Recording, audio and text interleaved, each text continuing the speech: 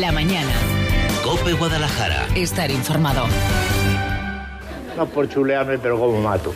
Un día en un combate le pegué un tiro a uno. Dice, ¿qué me has dado? Digo, pues no seas enemigo. ¿Qué quieres, que te dé un beso en la boca? Dice, que me has hecho un agujero. Digo, pues ponte un corcho. Digo, ¿qué tapo la cantimplora? Digo, muérete ya, ¿no ves que estoy avanzando? Hombre, quería una conversación.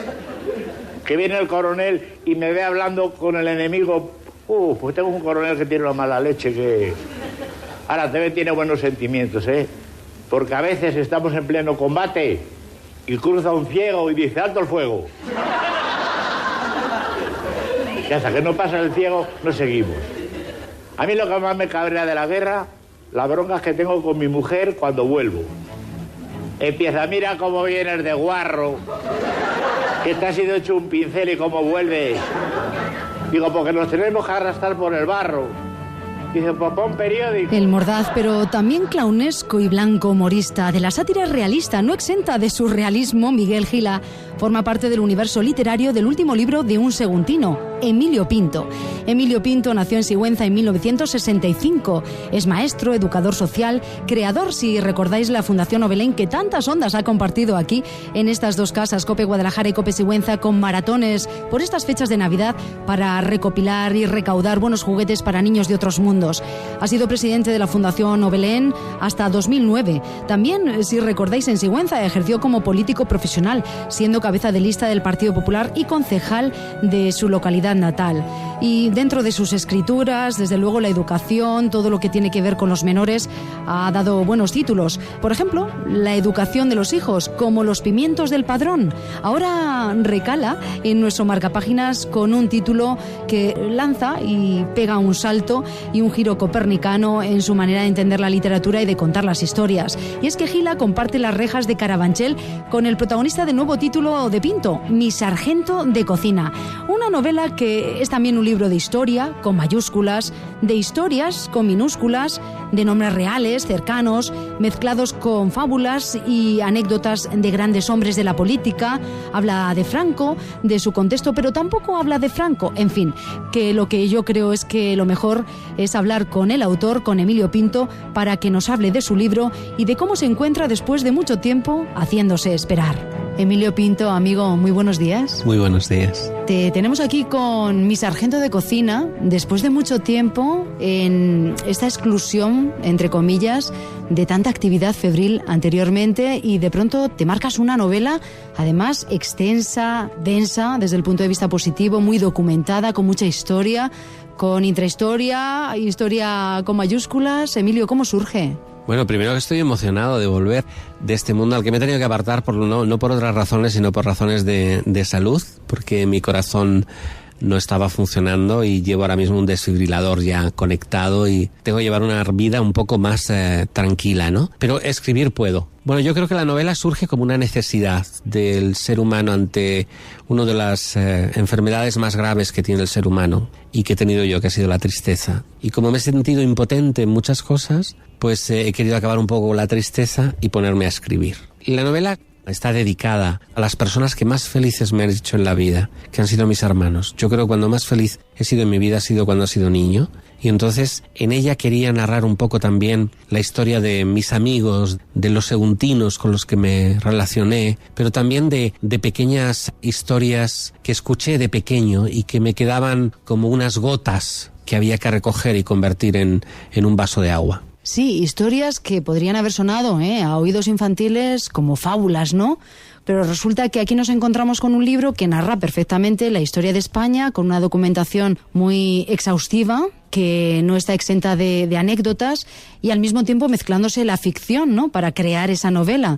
Con lo cual, la siguiente pregunta es: ¿cuánto has tardado en realizar este libro y dónde has husmeado esas historias que te han contado, luego has investigado? ¿Cómo ha sido? Yo creo que la he reescrito unas 27 veces. Es decir, unos 9-10 meses trabajando todos los días, 5 o 6 horas. Bueno, lo primero es que uno de los personajes, el primer personaje que es atropellado por la hija de Franco, es una historia que a mí me contó siempre mi padre, que él había estado en la mili, en el Pardo, y que una mañana la hija de Franco, sin carné, pues le había atropellado. Yo aquello lo tomé siempre como una fábula, ¿no? porque no hay ningún hecho que atestigue la ¿Seguro? verdadera. Yo no lo sé, pero... Que tú sepas, ¿no? Que yo sepa, ¿no?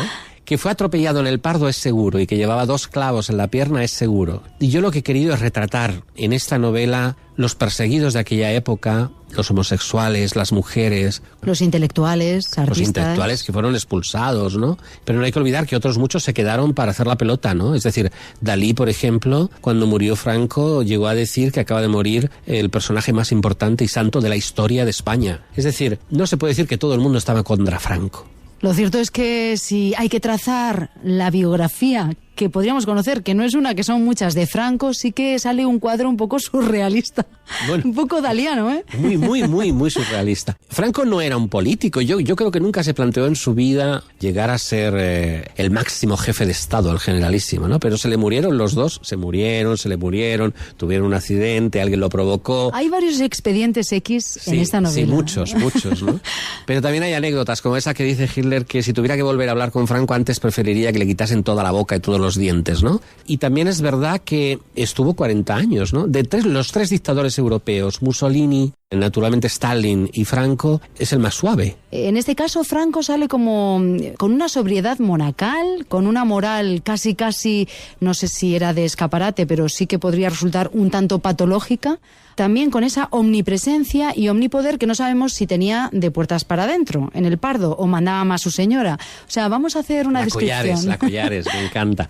Él siempre aconsejaba a todo el mundo que fuera apolítico. Él fue, cuando tocaba levantar la mano, levantó la mano, pero luego quitó lo de levantar la mano porque, claro, se había encargado a los otros 2 dictadores. Él era un hombre de poder que en la guerra se llevó todo lo que pudo por delante, una guerra que en un momento determinado mucha gente estuvo en el bando en el que no le tocaba. Aquí se habla de la iglesia de Franco también en el libro mucho y de la iglesia contra Franco. Cardenal Segura, por ejemplo, que tiene una anécdota preciosa, en Sevilla estaba prohibido bailar, que decir, era pecado. Entonces las niñas se iban a confesar a Cádiz, que estaba al lado, y allí no era pecado bailar. Es que en Sevilla no bailar. Claro. Está más difícil. A bailar agarrado, ¿no? Entonces el Cardenal Segura estaba contra Franco, ¿no? Y Franco decía, esta es la chinita que me ha tocado llevar en el pie, ¿no? Y no hay que olvidar que Franco se casó con una mujer en la que no sabemos al final si la hija es la hija o no es la hija, o es la hija de un hermano. Otro expediente.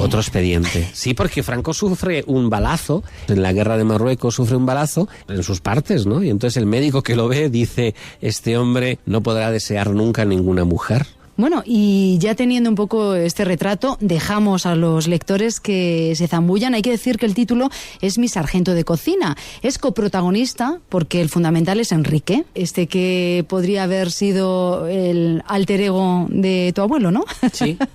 Bueno, pues Mi sargento de cocina es precisamente el hombre sin rostro que se dedica a hacer y a poner la comida a Franco. Y sabe todos los tejemanejes del Pardo, ¿no? Claro. Por ejemplo, sabemos que a Franco le gustaba, no le importaba comer la comida fría, que odiaba el arroz con leche, y el propio sargento llega a decir que lo que más le preocupa a Franco siempre es que la comida no esté envenenada, por lo tanto la tiene que probar él siempre antes de salir, ¿no? Pero es curioso que yo pongo a este personaje como lo que más odia a Franco, un homosexual. Bueno, cuando algo se odia tanto, a lo mejor es porque a veces se puede llegar a ser, ¿no? O ser.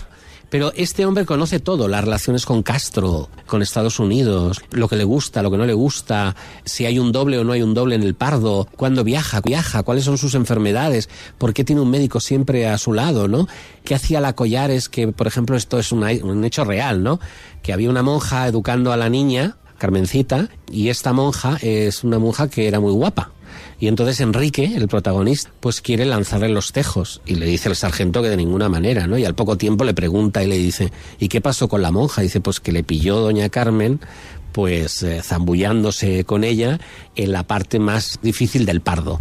Y la tuvieron que echar a ella y al chofer. Pero en el fondo no dejamos de tener una España en el que siempre los amores, las envidias, las peleas, todo el mundo quería darle una cesta de Navidad a Franco, todo el mundo quería regalarle algo a Franco, y a él, sin embargo, esas cosas no le llamaban la atención. O sea, era un hombre que lo único que le gustaba era la caza, la pesca, y bueno, el cine, y si había fútbol o cualquier otro deporte, dicen que tenían las 2 televisiones puestas encendidas. Sabes que solo existían 2 canales, ¿no? 2 canales, UHF y VHF. Eso lo he vivido yo. Ah, bueno, pues entonces, cuando había deporte en una, la otra la bajaba. Pero si no, mantenía las 2 encendidas, ¿no? Bueno, pues son los claroscuros, tanto de Franco como de su época, y en este libro no faltan nombres propios de protagonistas reales como Evita Perón, Hitler, Castro, Cela, Sinatra, Ben Gurión, Ángel Sanz Briz, los hermanos maristas, judíos, árabes, musulmanes, y también tiene buenas anécdotas, algunas las estamos contando, pero sí que nos gustaría que nos contases alguna así, otra pildorita de estas que nos gustan tanto conocer y que no son fábulas. A mí hay protagonistas que no he inventado, sino que son reales, ¿no?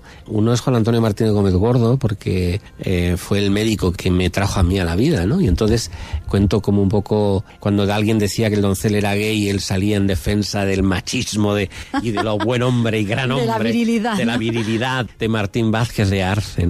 Pero hay un montón de anécdotas que son reales, ¿no? Por ejemplo, Ben Gurión, en aquel momento, que es cuando se constituye Israel, decía que la única forma de acabar con el tema de los palestinos y los judíos era que pensasen los palestinos que ellos no habían venido a quitarles la casa, sino a usar las habitaciones vacías, y que por lo tanto a ellos tampoco les podían echar. Entonces por España pasaron casi todos, era el lugar de escape para los países y también donde vivieron muchos alemanes. Y por otro lado, los judíos.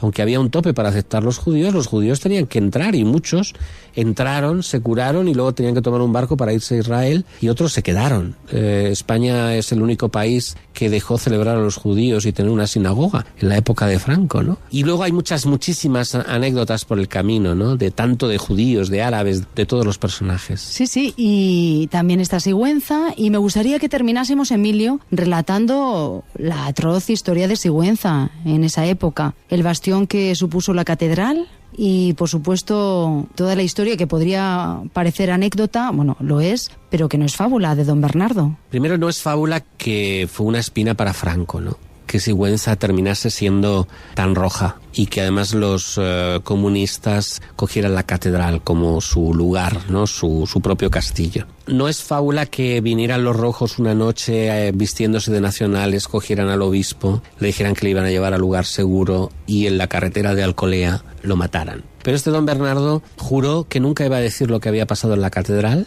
pero también es curioso que en la catedral, que había 500 presos, al día siguiente solo, cuando ya tomó Franco la catedral, solo 200 llegaron a Soria. Y en la ONU sigue abierto el expediente de dónde están aquellos 300.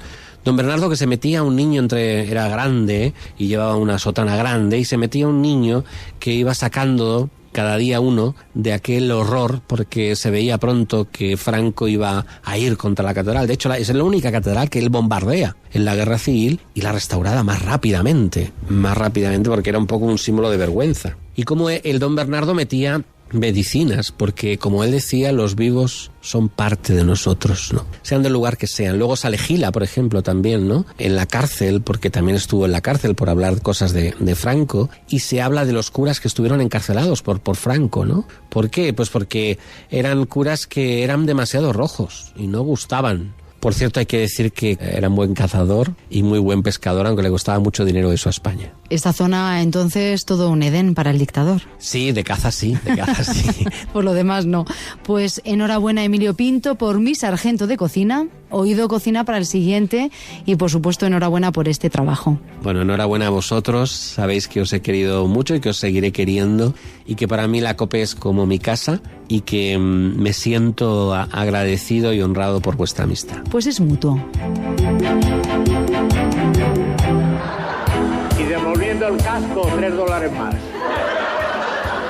Los chinos más baratos, como hay tantos.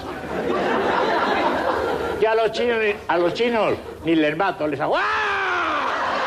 Y les meto un susto. Que el susto no lo pagan, pero oño, te diviertes. Pues ya hemos escuchado a Miguel Gila también entre ese universo literario de Mi Sargento de Cocina, título de Emilio Pinto, que recomendamos, como siempre, desde estas ondas, 89.3 y 102.5 de FM.